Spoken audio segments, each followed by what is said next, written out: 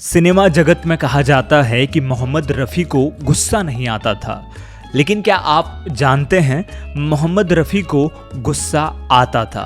So ladies and gentleman, क्या आप जानते हैं शो में आज बात करेंगे मोहम्मद रफ़ी के उस किस्से के बारे में जहां उन्हें गुस्सा आया था। तो चलिए फिर शुरू करते हैं।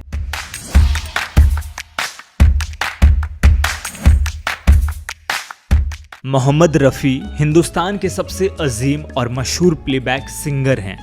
उनकी शोहरत न सिर्फ हिंदुस्तान में बल्कि पूरी दुनिया में है।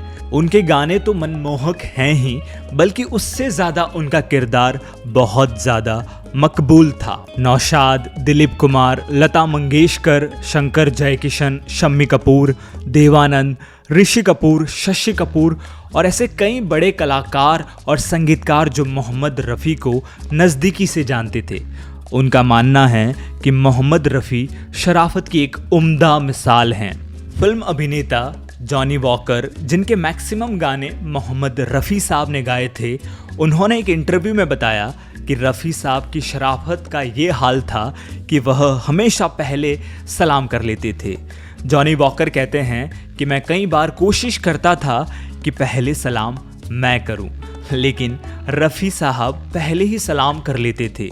इसके अलावा रफ़ी साहब के कई किस्से मशहूर हैं जहां उन्होंने कई नए संगीतकारों के लिए मुफ्त में गाना गाया है, गरीबों की चुपचाप मदद की है और जब भी कोई उनसे मिलता उनके चेहरे पर मुस्कान और सुकून का आलम होता।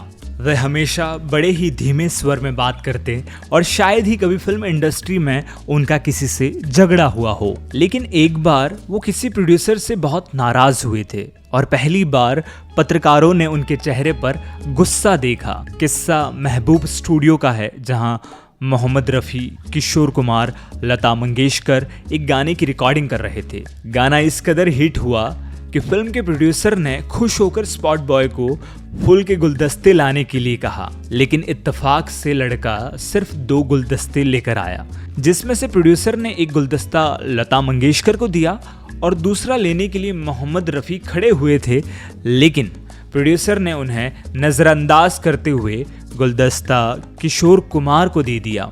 यह 1970 का ज़माना था। उस समय किशोर कुमार अपनी चरम सीमा पर थे और मोहम्मद रफ़ी का करियर डाउन हो गया था।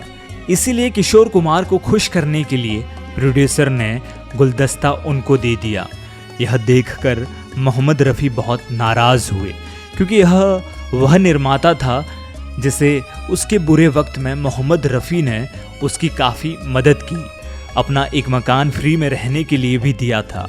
लेकिन अच्छे दिन आते ही प्रोड्यूसर रफ़ी साहब के एहसान भूल गया। Thank you so much for watching Indian film history. Entertainment industry के लिए इंडियन फिल्म हिस्ट्री की ओर से सौगात। अब मनोरंजन के लिए मिनटों तक का इंतजार नहीं, इंस्टेंट एंटरटेनमेंट के लिए फिल्मी शॉर्ट्स है सही। डाउनलोड कीजिए शॉर्ट मनोरंजन ऐप। अब ये उपलब्ध है एंड्रॉइड और iOS में।